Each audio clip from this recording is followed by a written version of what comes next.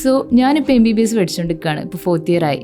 So തെപ്ഷീർക്ക് ഇതേപോലെ ഈ ഒരു ജേണിയിലൂടെ കടന്നുപോയ ഒരാളാണ്.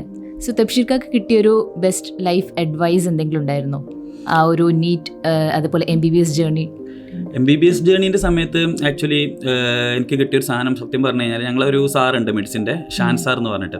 അപ്പോൾ സാറ് പറഞ്ഞെന്ന പല സാധനങ്ങളും എന്താ വെച്ചാൽ, ഞാൻ ആ UG പഠിച്ച സാധനം ഇപ്പോഴും ഞാൻ എന്താ പറയുക, അതായത് PG എനിക്ക് വലിയ മാറ്റങ്ങളൊന്നും വന്നിട്ടില്ല. PG പഠിച്ചപ്പോൾ സാറ് പഠിച്ച പഠിപ്പിച്ചെന്ന ചില സാധനങ്ങൾ അതേപോലെ ഞാൻ ഫോളോ ചെയ്ത് തരുന്ന ചില സാധനമുണ്ട്.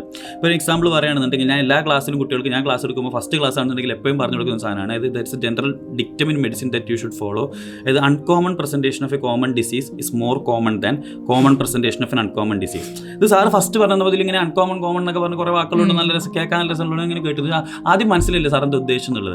പിന്നെ എന്താ വെച്ചാൽ സാർ ഇത് ഇടയ്ക്കിടയ്ക്ക് വീണ്ടും ഇങ്ങനെ പറയും. അപ്പോൾ ഞാൻ പിന്നെ സാർ എന്തിനാ ഇതിങ്ങനെ വീണ്ടും പറയണമെന്ന് പിന്നെയാണ് എനിക്കറിയില്ല, കുറച്ച് പ്രാക്ടീസ് ചെയ്ത് തുടങ്ങിയപ്പോഴാണ് അതിൻ്റെ ഒരു ആവശ്യം മനസ്സിലായത്. ഇപ്പോൾ ഒരു എക്സാമ്പിൾ പറയുകയാണെന്നുണ്ടെങ്കിൽ, ഒരാൾ നമ്മളെടുത്ത് വയറുവേന എന്ന് പറഞ്ഞിട്ട് വരികയാണെന്നുണ്ടെങ്കിൽ, വയറുവേനയ്ക്ക് ഇപ്പോൾ ആദ്യം തന്നെ കുറേ സാധനങ്ങൾ വയറുവേനയ്ക്കുള്ള കാര്യങ്ങൾ പഠിച്ചിട്ടുണ്ടാവില്ലേ. ഇപ്പം എന്താ പറയുക, ഇപ്പോൾ മെഡിസിനിൽ ഇപ്പോൾ നമ്മൾ പഠിക്കുകയാണെങ്കിൽ ഇഷ്ടംപോലെ കാരണങ്ങളുണ്ടാവും. പക്ഷേ എവറി ടൈം നമ്മൾ എന്ത് ചെയ്യണം, കോമൺ തിങ്സ് ആദ്യം ആലോചിച്ച് റൂൾ ഔട്ട് ചെയ്തിട്ട്. ഇപ്പോൾ വയറുവേനായിട്ട് എൻ്റെ ഒരാൾ എൻ്റെ അടുത്ത് വരികയാണെന്നുണ്ടെന്നുണ്ടെങ്കിൽ, ഗ്യാസ്ട്രൈറ്റിസും UTIയും റീനൽ കോളിക്കൊക്കെ റൂൾ ഔട്ട് ചെയ്തതിന് ശേഷമേ ഞാൻ വലിയ കാര്യങ്ങൾ ആലോചിക്കാൻ പാടുള്ളൂ. അല്ലാണ്ട് നേരെ വരുന്ന ഒരു പേഷ്യൻറ്റ് ഫസ്റ്റ് തന്നെ സുപ്പീരിയർ മീസെൻട്രി ആർട്ടറി ഒക്ലൂഷൻ എന്നൊക്കെ ആലോചിച്ച് കഴിഞ്ഞാൽ that's not how medicine works. എപ്പോഴും കോമൺ ഡിസീസ് ആയിരിക്കും കൂടുതൽ. അതാണ് സാർ പറയുന്നത്, uncommon presentation of a common disease is more common than common presentation of an uncommon disease.